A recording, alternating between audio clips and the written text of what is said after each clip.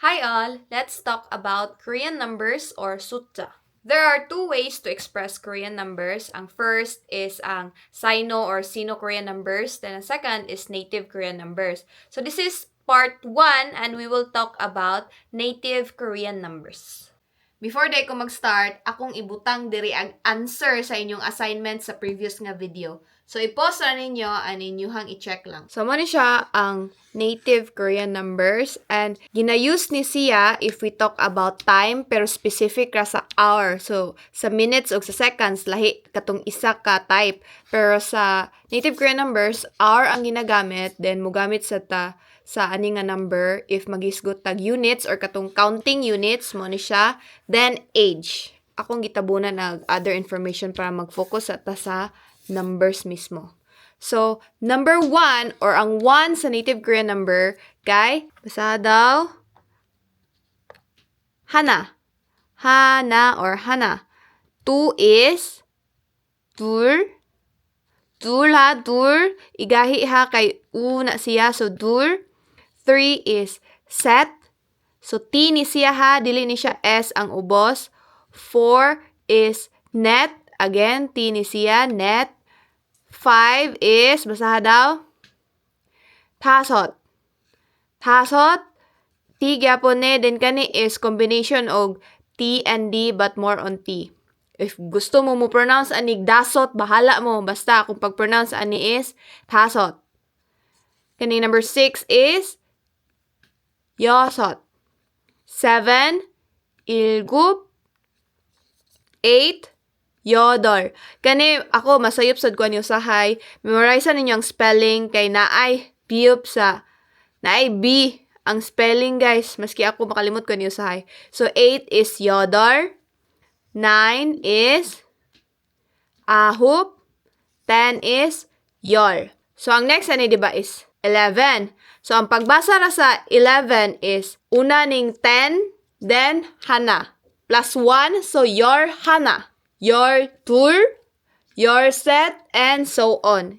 Ingato na to siya pagbasa, guys. Then, ang 20, lahi ang number 20. So, kinala ninyo ni siya i-memorize. Actually, ako, taman na ko diri sa 30 naka-memorize kay dili siya kaayo, wala siya nako na used bitaw. So, diri ra ko taman sa 30 naka-memorize. Pero if ma-memorize ninyo ni tanan, mas maayo god. So, anyway, 20 is 스물. 스물.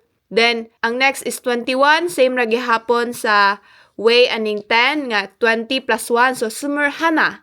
스물다섯. Nga na siya guys ha. So, for 30, 서른.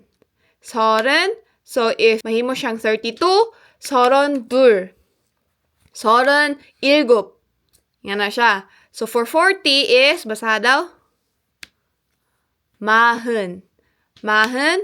50 is, 쉰. 60 is, 예순. 70 is, 일흔. 일흔, murag ma-silent ag H, dili kayo ni mo siya ma-pronounce. 일흔.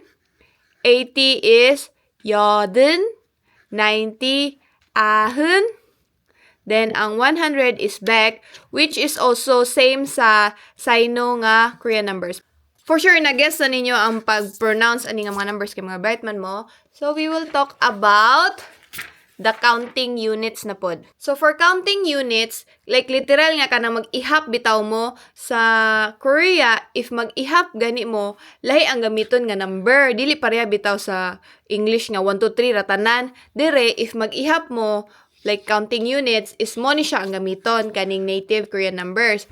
Nya ang basic nga counting units nga ginagamit nako usually is kaning ge or ke or ge, kamo bahala sa niya pag-pronounce. Mo ni siya ang general items ug sa English pa pieces. Dili ni siya pwede nimo gamiton if nahisgot kag tao kay ang tao is myong. So ihap kag tao like wing kag one people, myong imong gamiton, number then myong. For animals, mari. So, di ka pwede mo gamit og mari niya imong gihisgot kay tao ha. Nayati na. Next is kaning cups or glasses which is jan.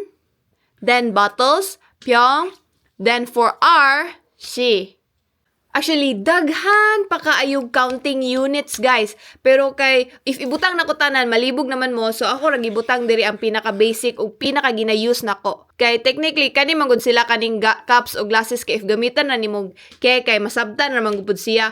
Kani ragyog kaning top 3. Imong pinaka-importante nga memorize nga dili nimo pwede samot na kaning duha dinhi nimo pwede nga ibaylo-baylo. Now, take note, di ba? Butang na to One Piece. So, One Piece, ano sa mani? Luffy! Anyway, so, One Piece, mayroon ka, ang atong una is Hanage, dili, gipalisod-lisod, tas Korea, guys. So, if mag-count na ganita, ang Hana, mahimong Han, gi-shortcut siya. Ang tour, or two, mahimong tu. Ang set, mahimong se. Ang net, mahimong ne. Thankfully, kanira pud sila upat ang mautro. So, if magisgot ganitag, One Piece, mahimo siyang Han-ge. One people, Han-myong. Isa ka animal, Han-mari. Nga na siya, guys. Or, sebyong, nejan, tumyong. Nga na siya paggamit. Kani, good example ni siya. Example ha, pangutanon ka ane. Basa daw. 몇 살이에요? 몇 man siya na, 몇 살이에요. Pero ato ni siyang islang. Muna yung siyang 몇 살이에요. Mura ni siyang mas-silent gamay. So, 몇 살이에요? How old are you? Unsa man yung itubag based sa inyong edad. Tagaan ta mo clue ha para complete sentence mo. So, mag-start tag, 저는, I'm, number blank, then 살, meaning age ni mo, 이에요. So, unsa man nimong i-answer ni? I'm actually with Arthur right now. So, ikaw answer daw bo. 몇 살이에요? 저는 29살이에요. Very good. 저는, ano siya? 저는 29살이에요. So, 20, then ahop, so 29 years old. Sal. Tarungan lang ninyo pronounce, i-practice lang inyong pronunciation sa 20살이에요. Another example nga question. Ano siya? Basa daw? 몇 명 있어요? 몇 명 있어요? So, naghisgot tag, 명. By the way, 몇 is like how many. How many or basta kay pila. Mag-ask kag question nga ang tubag is number, gamiton nimo is 몇. So, 몇 명 있어요? How many people are there? So, what if ang answer is na ay 72 katao? How would you read this and unsa nga counting unit ang imong gamiton? So, pili ka dire. Well, nag-answer mo, pa-answeron sa nako si Arthur. So, may answer ni Manibo. Base, ane. So, magtanaw mo una sa number, ane. 72명 있어요. Okay, very good. Tarungan lang ang pronunciation. So, ang answer is 72명 있어요. 72명 있어요. Nag-guess na ninyo, guys. For sure, nag-guess na kayo mga brightman mo. Anyway, so napadita isa ka additional note kay sakto kayo ni nangutana si Arthur. Unsa daw ni siya? Isa sad ni sa mga counting units kani. Basa daw? Bon. If ang Sino-Korean number imong gamiton, tapada ni mo bon, ang meaning ana is like number. Like, kunwari, 1 bon. Like, number 1 ang pasabot ana if ang Sino-Korean number imong gamiton. But, if ang native nga Korean number imong gamiton, yung tapada ni mong bon, like, 한번, meaning ana, times na, dili times nga multiplication ha, like kapila. So, if mayroon kag 한번, meaning once, or kas-a. 2 bon, like kaduhara. Hinga na bitaw? So, i-take note ninyo ni guys ha, kay same ra jud ni siya nga spelling, same ra pud pronunciation, pero if lahi nga number ang imong gamiton, either Sino or native, malahi siya og meaning. So, ato ni butangan na times ni. Times as in nga ikapila ha, like how many times. Example, ang question is, kani siya. Basa daw? 몇 번 해요? So, 몇 is katong how many.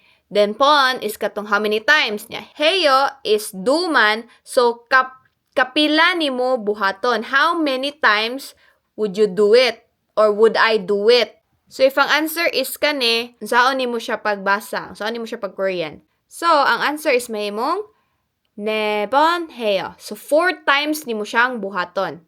So, for sure, na-gets na ninyo tong native Korean numbers. And sa next nga video, part 2, Sino-Korean numbers na sa datong hisgutan. And before ta mag-end sa video, tagan mo na kong assignment. Ako lang siyang i-paste there, i-post lang. Akong ipko ng picture, i-post din ang siri. Then, pwede na ninyo i-comment para ma-check na ko. Or sa next nga video, ato lang i-check together.